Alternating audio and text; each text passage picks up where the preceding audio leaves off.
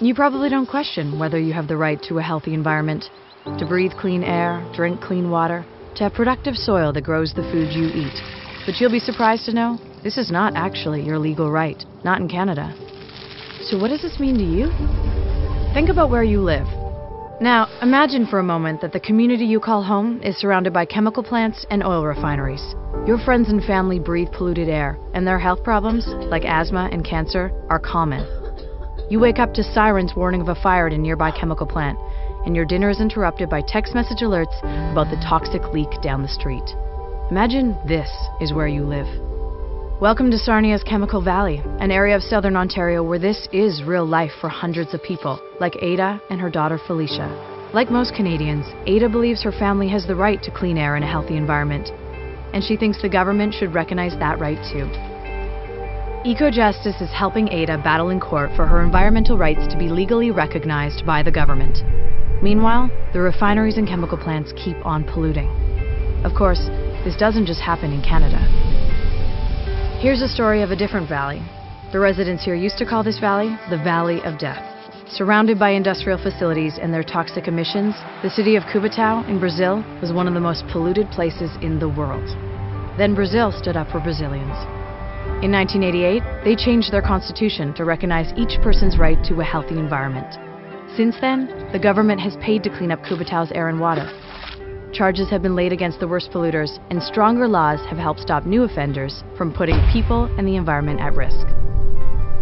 Brazil isn't alone. More than 100 nations around the world recognize their citizens' human right to a healthy environment. So why doesn't Canada? What's happening in Sarnia shouldn't happen in any of our communities, to any of our families. Learn more about what you can do to stand up for our water, our air, our rights. Visit ecojustice.ca.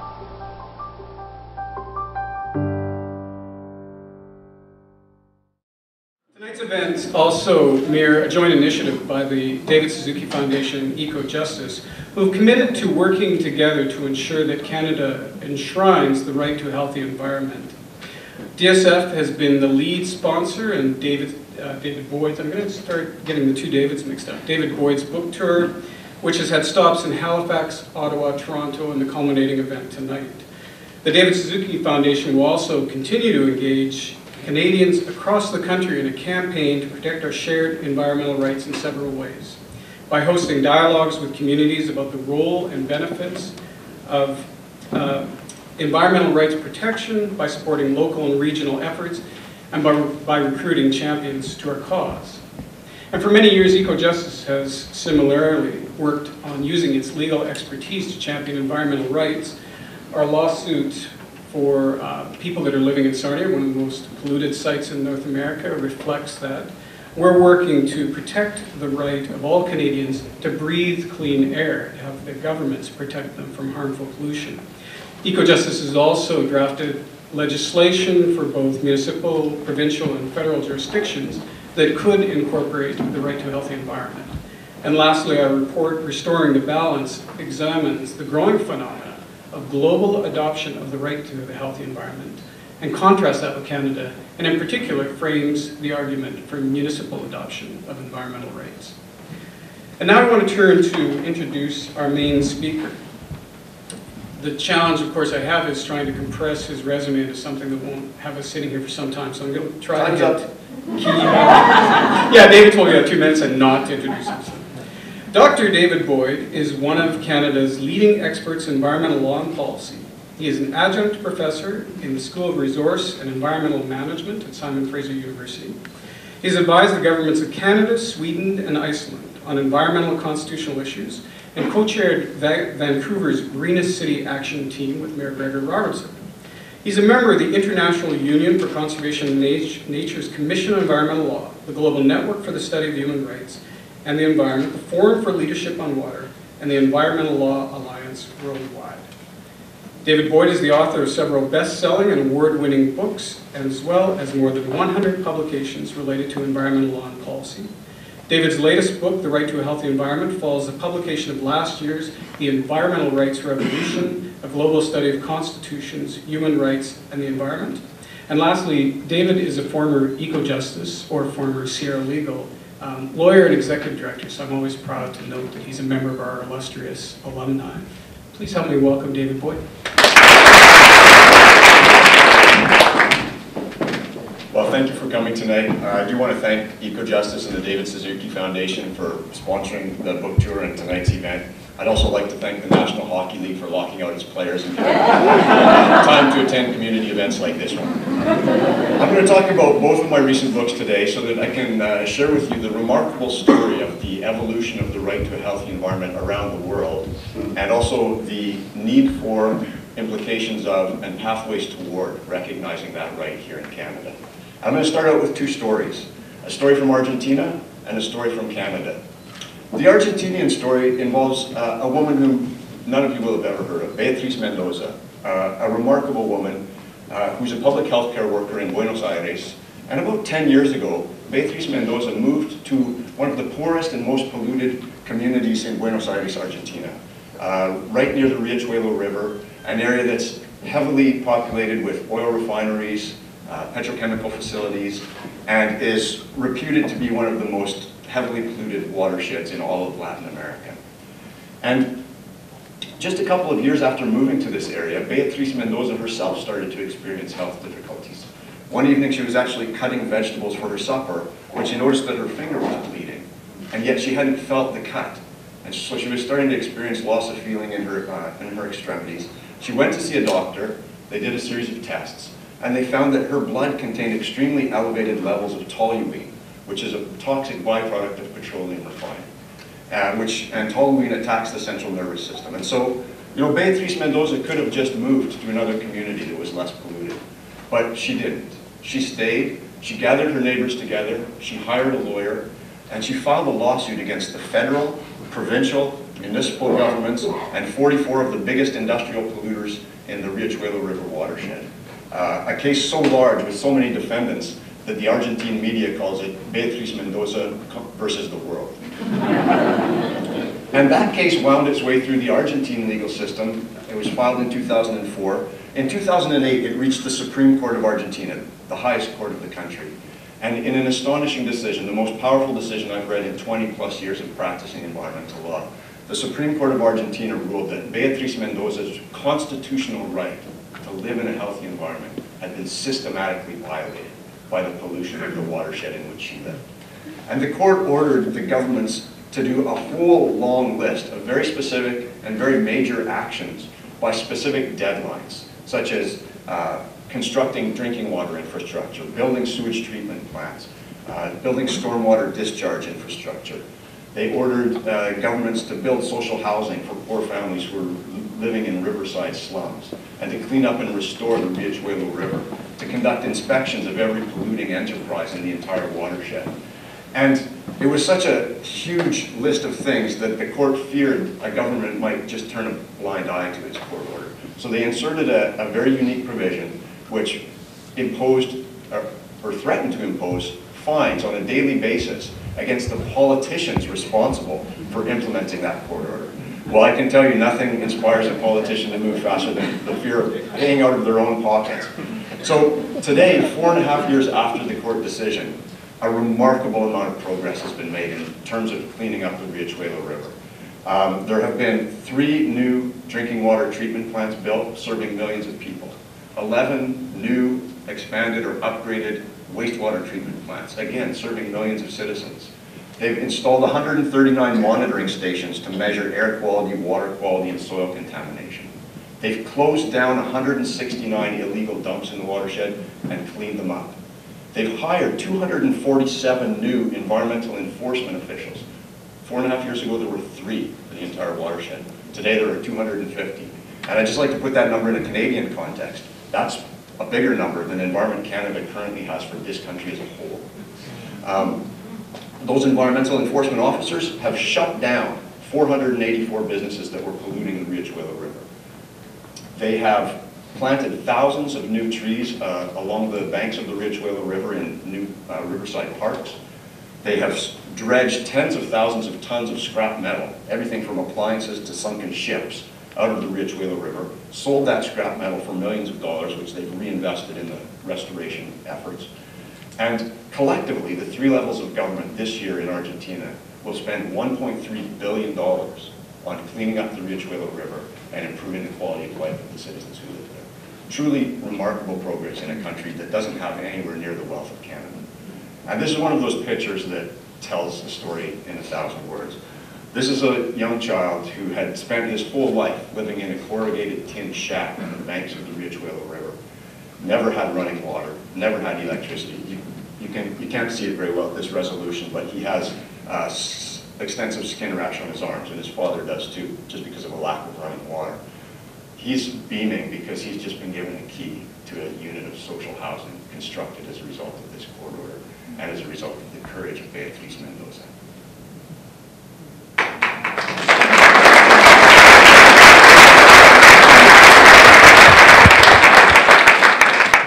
That's the story I like to start with because it's inspiring.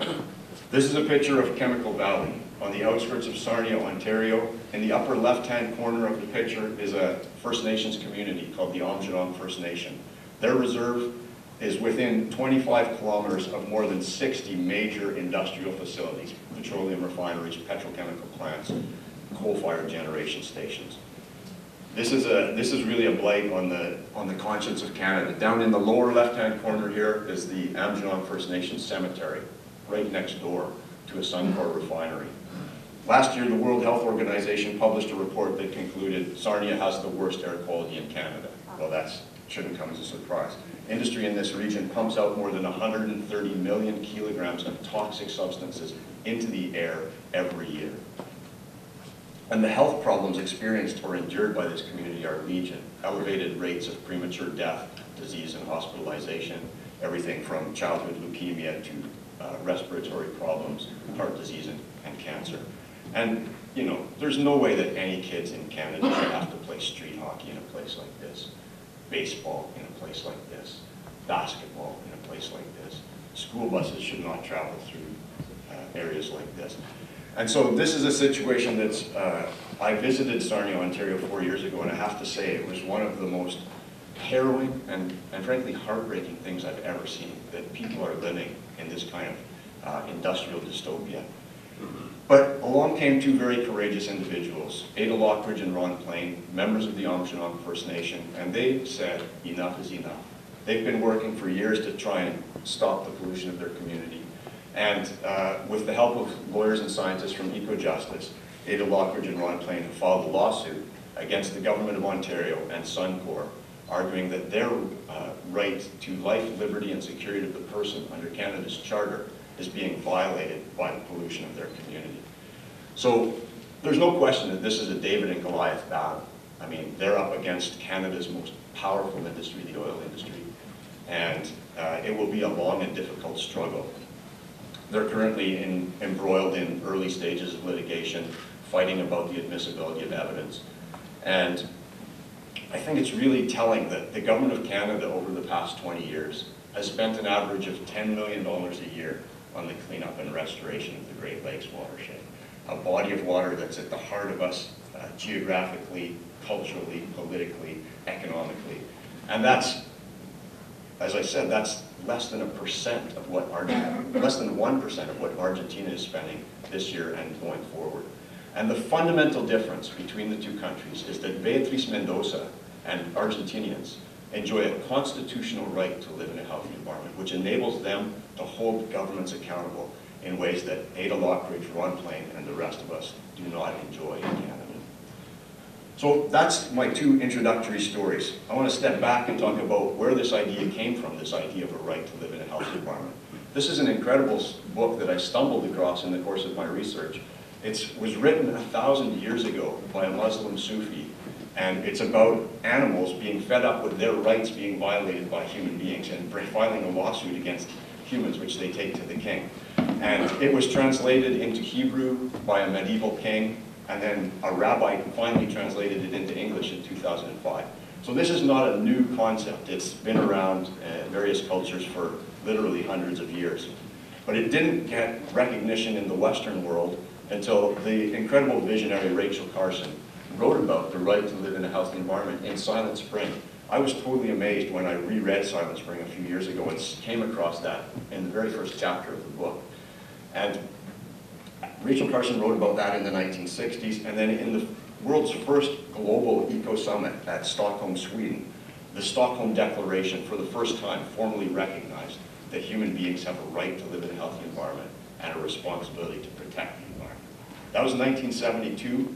The Stockholm Declaration wasn't a legally binding document, but it marked a watershed moment in terms of the convergence of human rights and environmental protection.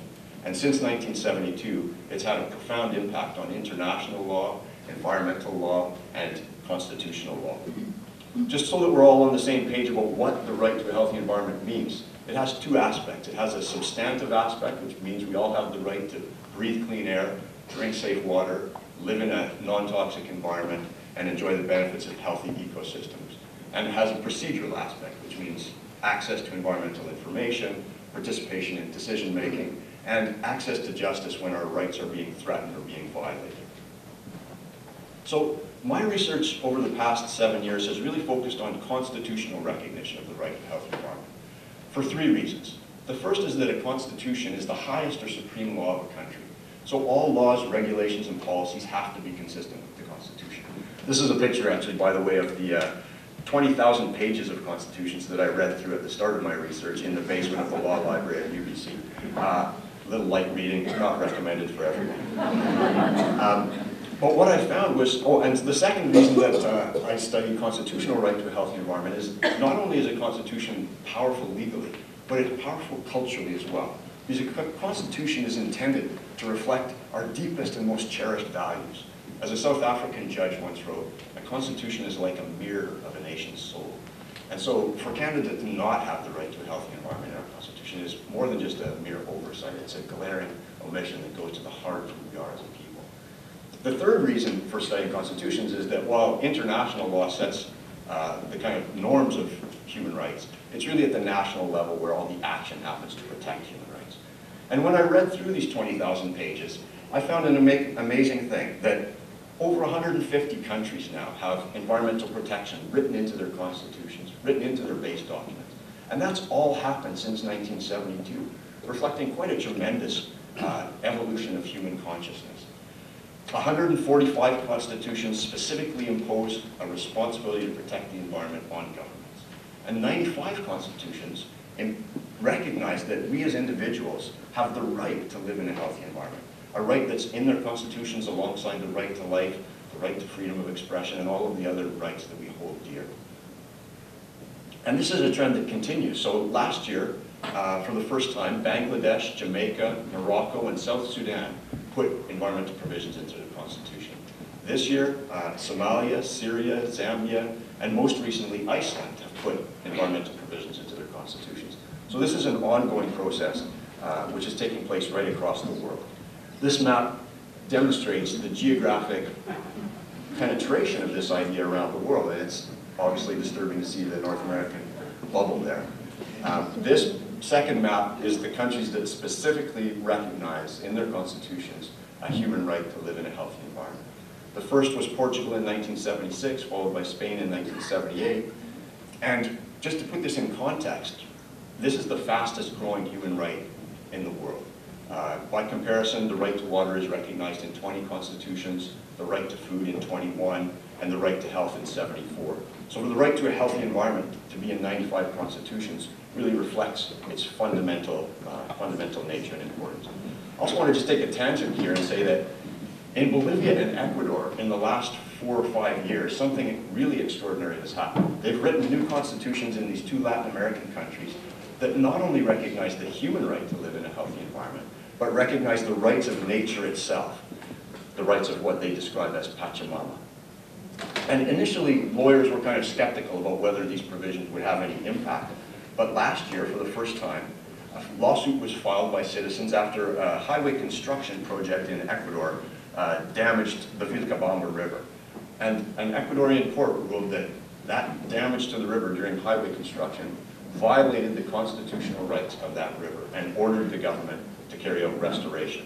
In Bolivia, they just passed a law on the rights of Mother Earth that sets out in detail what those rights are, that establishes responsibilities on governments, businesses, and citizens to protect Mother Nature and creates an ombudsperson to actually advance Mother Nature's interests.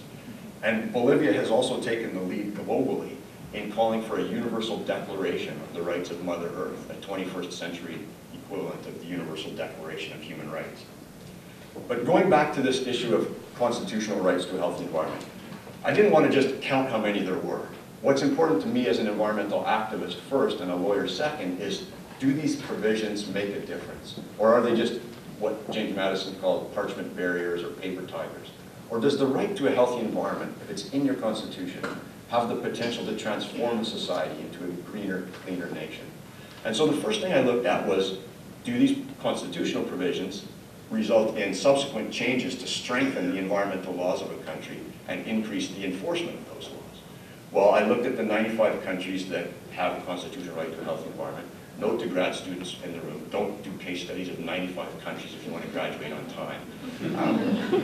But what I found is that over 90% of those countries subsequently changed their environmental laws to reflect a focus and a renewed impetus on achieving and fulfilling the right to a healthy environment. In some cases, they amended one law, in some cases, the whole body of law. And I want to give you a few examples. This is a photograph from Colombia of a rare and fragile ecosystem called the Paramo.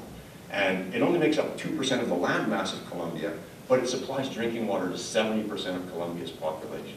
And a Canadian mining company called Greystar Resources wanted to build an open pit gold mine in the Paramo. Last year, the Ministry of Environment in Colombia said, they analyzed the proposal and they said, we're afraid that this would violate the constitutional right to a healthy environment. We can't accept and we won't grant you your permits. So that's one example.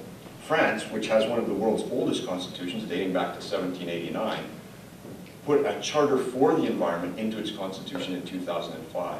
And last year, France became the first country in the world to prohibit the practice of fracking or hydraulic fracturing for oil and gas, based on the right to a healthy environment and also the precautionary principle, which is now part of its constitution. In South Africa, back in the 1990s, they put both the right to a healthy environment and the right to water into their constitution. They've rewritten more than a dozen laws since that time to try and achieve these rights. And the governments there have made major investments in drinking water infrastructure. So that since 1996, clean drinking water has been extended to more than 10 million predominantly poor and black South Africans. And the great Nelson Mandela says that, quote, this is one of the greatest achievements of our fledgling democracy. And my final example is from Brazil. This is a photograph of a Chevron oil spill off the coast of Brazil last year. Brazil amended its constitution in 1988 to recognize the right to a healthy environment and also to create a new body responsible for enforcing environmental laws. And when Chevron spilled oil into the ocean, they were immediately fined $28 million.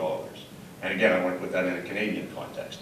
That's more than the sum total of all fines levied under the Canadian Environmental Protection Act since it was passed in 1988. So truly, truly extraordinary. And not only that, but the Brazilian government has filed a civil lawsuit against Chevron, seeking billions of dollars in compensation for the ecological damage done. And they've laid criminal charges against Chevron executives, taken away their passports, and those individuals are facing jail sentences of up to 30 years. So that's environmental enforcement that happens when you have the right to a healthy environment in your constitution. And the video earlier talked about the Brazilian city of Cubatão.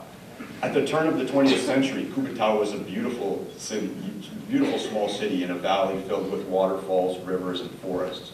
By the 1980s, it was designated by National Geographic as the most polluted city on Earth.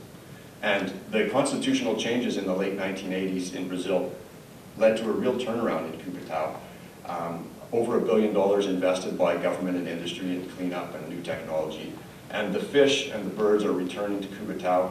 They experienced a horrific epidemic of birth defects in the 1970s and 80s. They now have rates of infant health that are on par with other industrialized countries.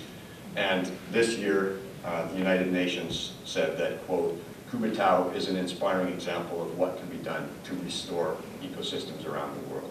So again, these are examples of success stories from around the world. So clearly there's an impact on environmental laws and the enforcement of those laws. The second question that I investigated in my research is, do citizens have the ability to enforce their right to a healthy environment when it's threatened or violated? And I found that that is the case. Obviously, that was the case in the Beatriz Mendoza case in Argentina. But in 60 other countries, citizens have been able to go to court and hold government and industry accountable. This is an example from Finland, where there was a proposal to build a hydroelectric project in an area of critical habitat for migratory birds. Citizens filed a lawsuit, and the Finnish court agreed that that project, if constructed, would violate the constitutional right to a healthy environment. In Portugal, you can no longer build a gas station in proximity to schools because of fears about the impacts on children's health. Again, based on the constitutional right to a healthy environment. In Costa Rica, there have been many, many lawsuits, hundreds of lawsuits based on the constitutional right to a healthy environment, protecting not only humans and our well-being, but protecting nature as well. So protecting endangered species such as the scarlet macaw from logging, protecting the habitat of endangered sea turtles, and not only protecting the habitat of sea turtles, but in one case, the Constitutional Court of Costa Rica ordered the government to expropriate neighboring properties whose development could have had an adverse impact on sea turtles. So these are examples from around the world. Tony Aposa is a Filipino lawyer who has done amazing things using the right to a healthy environment in the Filipino Constitution. Back in the 1990s, he filed a lawsuit on behalf of his own children, arguing that the liquidation of old-growth forests in the Philippines violated the children's right to live in a healthy environment. And of course, the government immediately filed a motion saying, children have no standing to bring such a lawsuit. But the Supreme Court of the Philippines, in a really powerful and poetic decision, said, those children have a constitutional right to a healthy environment, just like every other citizen in the Philippines. And so that led to a dramatic overhaul of the logging legislation and practices in the Philippines.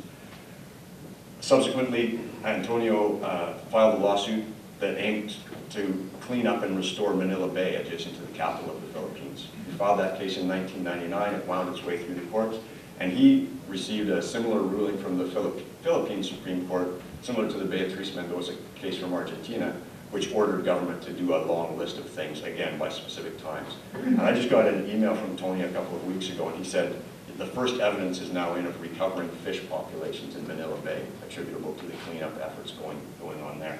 This is MC Mehta, a famous lawyer in India. He has actually brought dozens of cases to the Supreme Court of India, resulting in things such as the closure of factories whose air pollution was discoloring the cultural icon of the Taj Mahal, the closure of tanneries whose effluent was poisoning the sacred Ganges River, and most recently a case in which he forced the city of New Delhi, because of the constitutional right to a healthy environment, to shift from dirty diesel buses to compressed natural gas.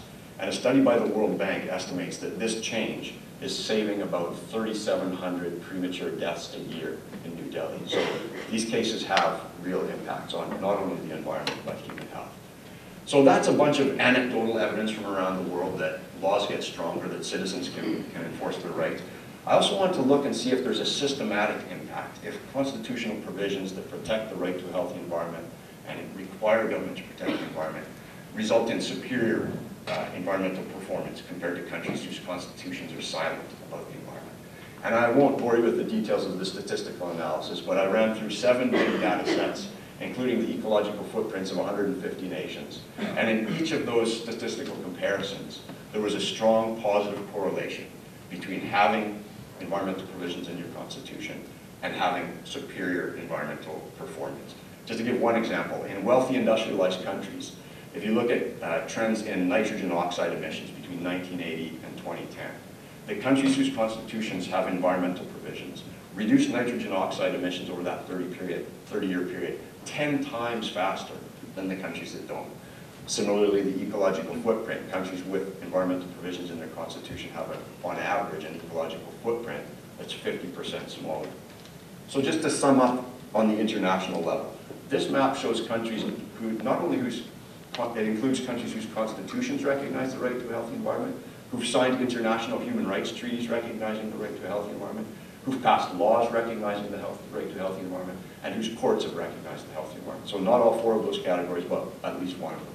And what you get is 177 out of 193 UN nations. Canada is in a very small group of nations that doesn't recognize this fundamental human right.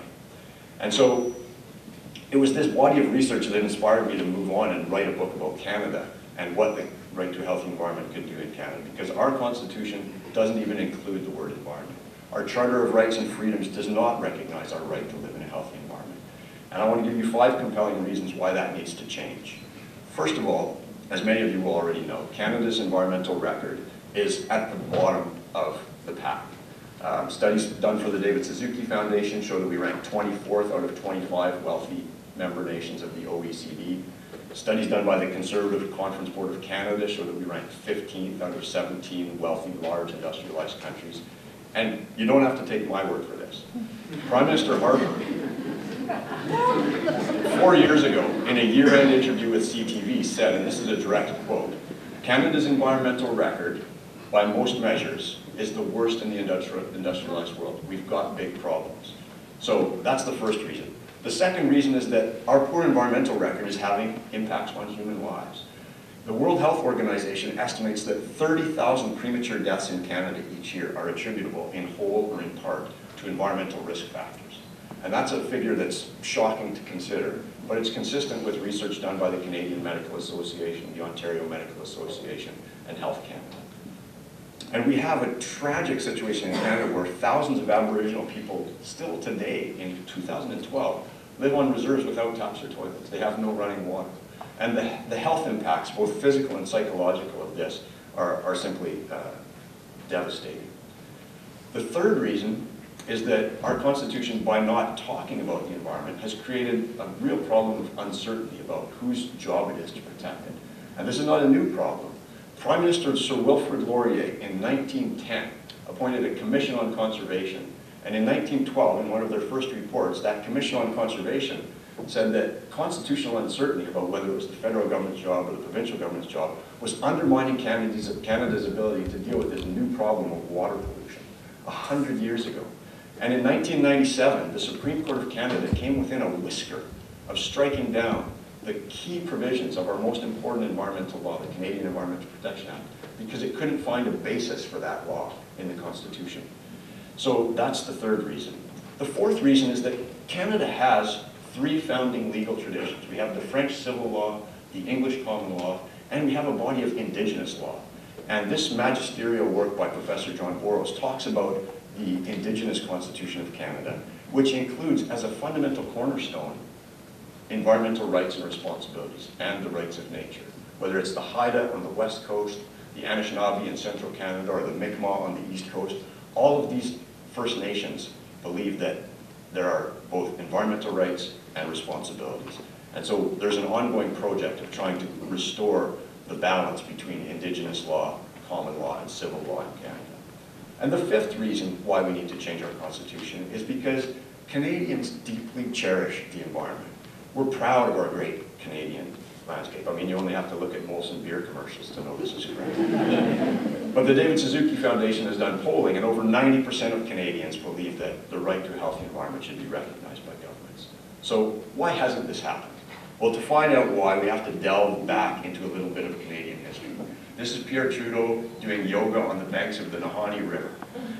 When Trudeau was a law professor prior to entering politics, he wrote articles about the need to include a wide range of human rights in bills of rights and constitutions. He became slightly more conservative when he was the Prime Minister, but in 1970 he appointed a committee of members of Parliament and senators to travel the country and to hear from Canadians what they thought, what we thought should be in a new constitution. And this, for me, involved another trip into the basement of the law library at the University of British Columbia to read through the transcripts of the Mulgat-McGuigan Committee, which ran from 1970 to 1972. And I can tell you, it was incredible to read what ordinary Canadians said to this committee about the importance of protecting the environment and the importance of recognizing a right to a healthy environment. In 1970 and 1971, there was one gentleman by the name of James Egan from Cowichan, who was a member of the Society for Promoting Environmental Conservation. And he said, "Our present Constitution protects the rights of individuals to speak in both French and English, but it will be of little interest if we continue to destroy our environment, whether the last 'I told you so' is spoken in French or English." Quite a powerful thing to say.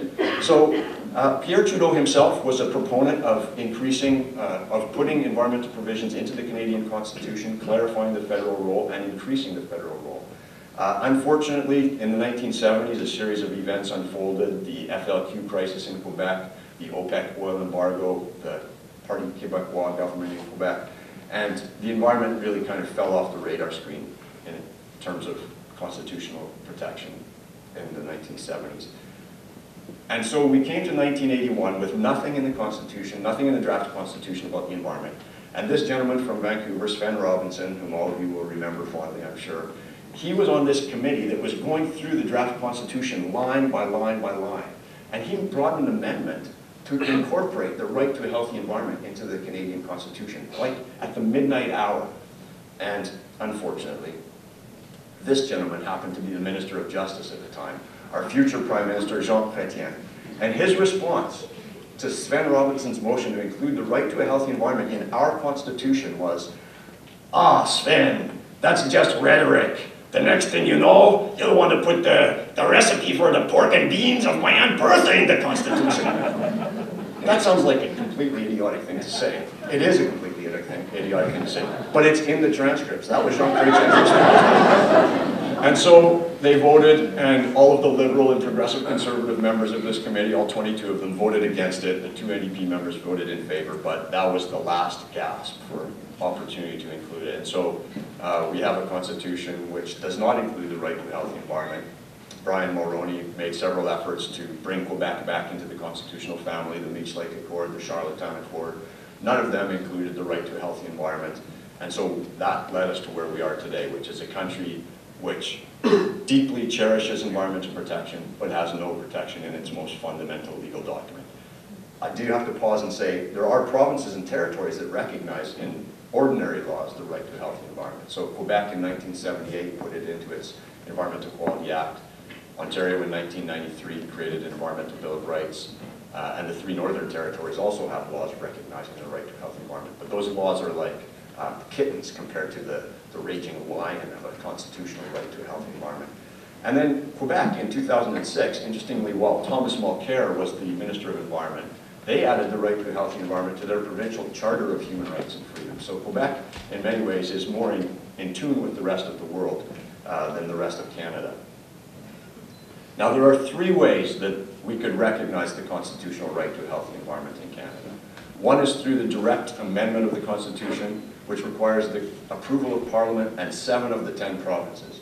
Obviously, that's a tremendously difficult thing to do from a political perspective, but it's not impossible. It's already been done 11 times since 1982. And the experience of other federal nations is that the kinds of constitutional amendments that are most likely to pass are those that are focused and narrow and on an issue of great public popularity.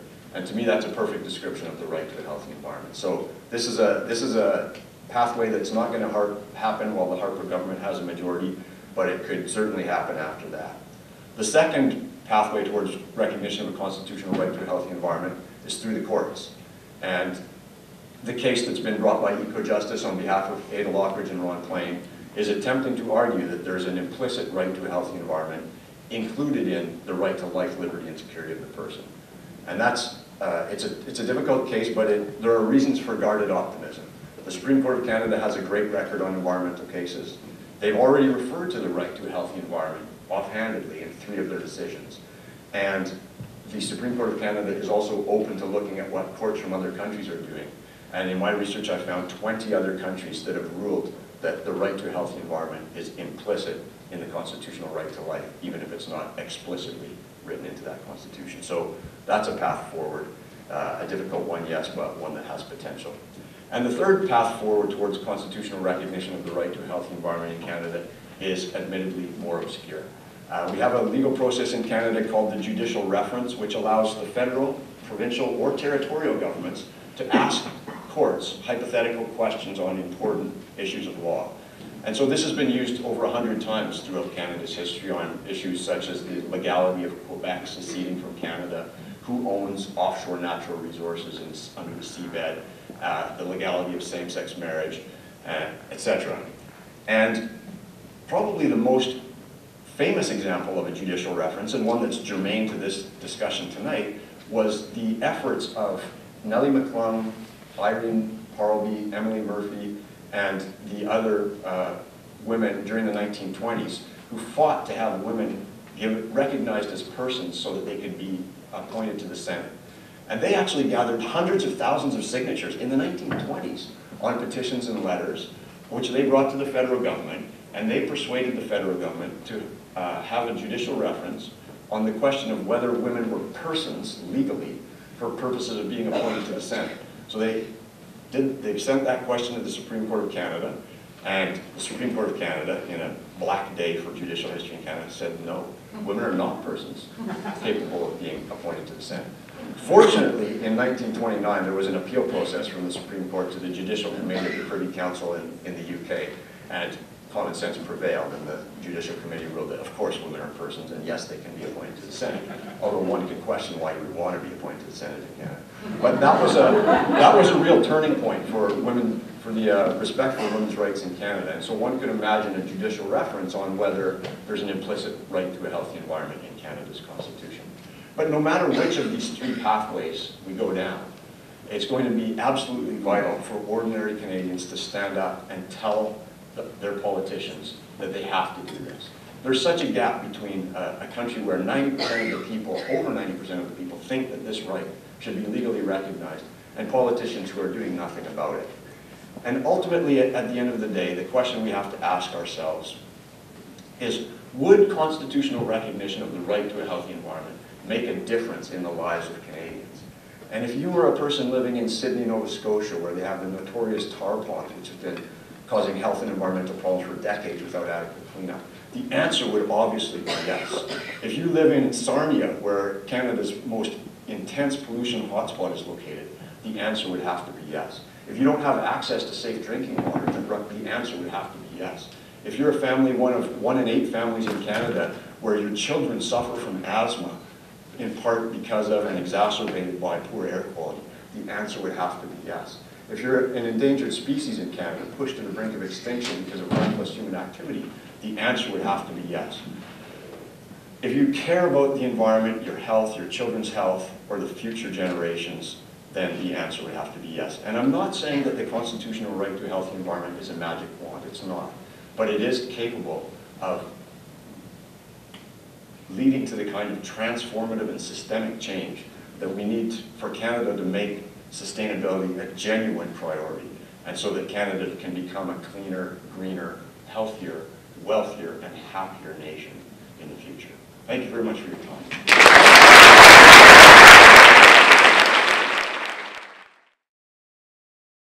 I'm representing an organization that is fundamentally behind what David Boyd is talking about. David approached us about a year and a half ago with the idea. He was still doing his research at the time.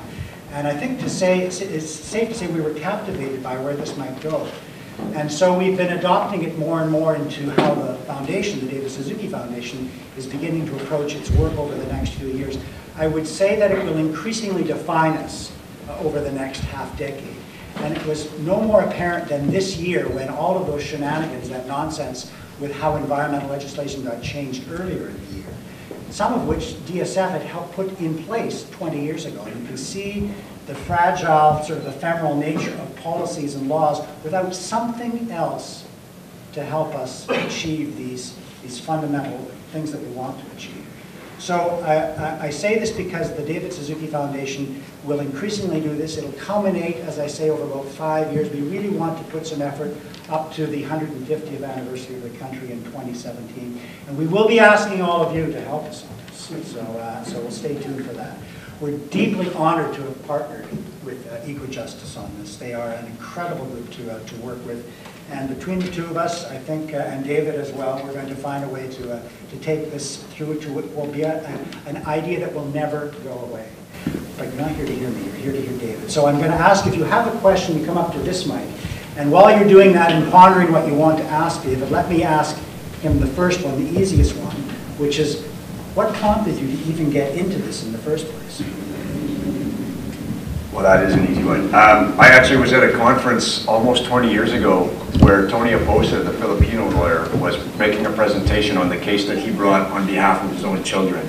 And that planted a seed for me. The concept of bringing a lawsuit based on your children's right to a healthy environment was obviously a completely compelling idea.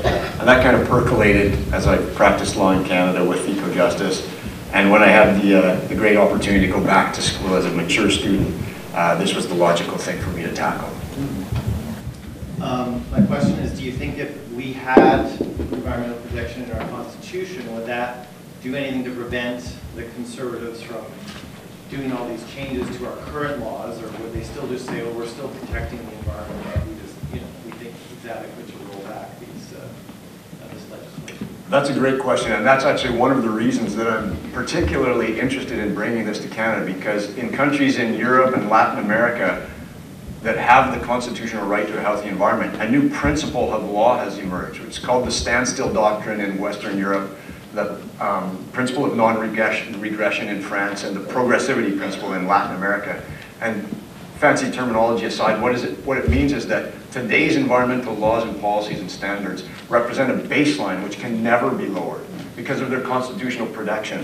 And so the legislation that was brought in the spring, Bill C-38, that omnibus bill, it would have been unconstitutional from the get-go in Canada. And that's where we need to get. We can't afford to have laws that move forward for a few years, move backwards, move forwards, move backwards. We have to stop that side of the pendulum swing. And a constitutional right to a healthy environment could be a powerful tool in ensuring that the kind of rollbacks we're seeing today never happen again.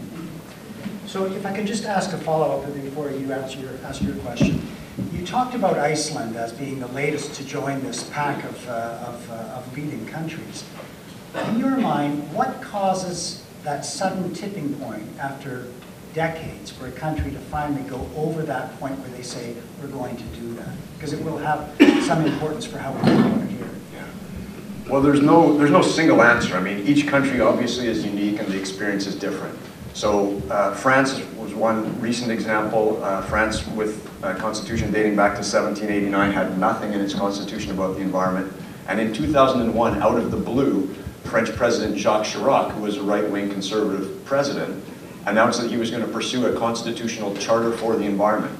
As it turns out, it was his daughter that lobbied him to bring this forward. So that's one example of how you can influence powerful people, is get to their children. In Ecuador and Bolivia, it was the activism and the advocacy of indigenous people that led to inclusion of the rights of nature in their constitutions. And Iceland is a fascinating recent example of a country where constitutional revision was triggered by the economic collapse in 2008, where Iceland basically went bankrupt because of a whole bunch of financial shenanigans. And the people said, we have to rewrite our constitution so this never happens again. So they appointed a 24-person constitutional council of ordinary citizens. That council traveled around Iceland gathering public input on what the constitution should contain. And at the end of their tour, they realized that in a country with only 350,000 people, which is Iceland's population, they really didn't have the expertise to draft a constitution that met their aspirations. So they did something uniquely 21st century. They put their constitution on Facebook, and they crowdsourced it. And somebody sent me an email saying, did you hear Iceland's put their draft constitution on Facebook? And I said, well, I hadn't heard that. I checked it out, and they didn't have any environmental provisions in the first draft. So I sent an email through the Facebook page, and the very next day, I got an email back from the chairwoman of their constitutional council saying, we're having a really hard time with this environment section. Can you help us? And I said, well, boy, have you come to the right guy for that. And so I told them what other countries around the world had done, and I said, these are the provisions that seem to be the most effective. And lo and behold, they translated that from English into Icelandic. And just 3 weeks ago, they held a national referendum on their new constitution, which includes the right to a healthy environment and a number of other strong environmental provisions. And it was overwhelmingly approved. So Iceland is the latest.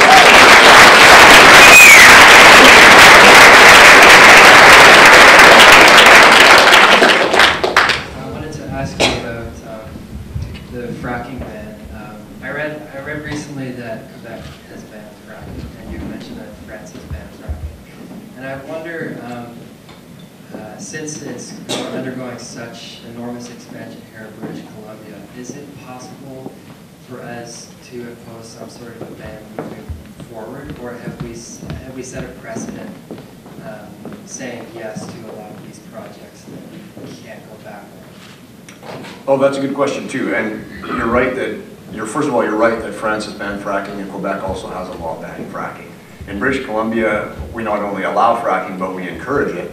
And there are substantial concerns about the levels of water used, the chemicals being used, and British Columbia certainly has the legislative authority to enact a law similar to that which Quebec has enacted. I should add that an American company has filed a NAFTA challenge arguing that Quebec's ban on fracking expropriates their investment. So this is another example of where these international trade agreements get us into trouble when we pass stronger environmental laws. My question is a little bit redundant now, because I was just going to ask about why is it sort of more symbolic that we're looking at this from a federal perspective? Because we know that provincial jurisdiction has, in some ways, is more powerful when it comes to resources and a lot of drinking water ways. So, I mean, I guess it's sort of a follow-up to that question, but is it not more important maybe for us to think of British Columbia as the important place to start, talking about a Bill of Rights? Well, certainly there's two answers to that question. One is that a constitutional right to a healthy environment in Canada would apply to all levels of government. So it would apply to the federal government, it would apply to provincial governments, it would apply to municipal governments. And the second part of that answer is that British Columbia could bring in a law that recognizes the right to a healthy environment. We could do that in a number of ways. We could bring in a new environmental law, or we could do what Quebec has done and create a provincial charter of human rights, which would be perhaps a more powerful way to legislate that right in BC. David, I wonder if you could just explore a bit more this notion. We're rapidly entering a level of polarization in this country that we probably haven't seen in, at least I don't think I've seen it so much as it is right now. It's ideological, there's rhetorical, there's all the elements in there.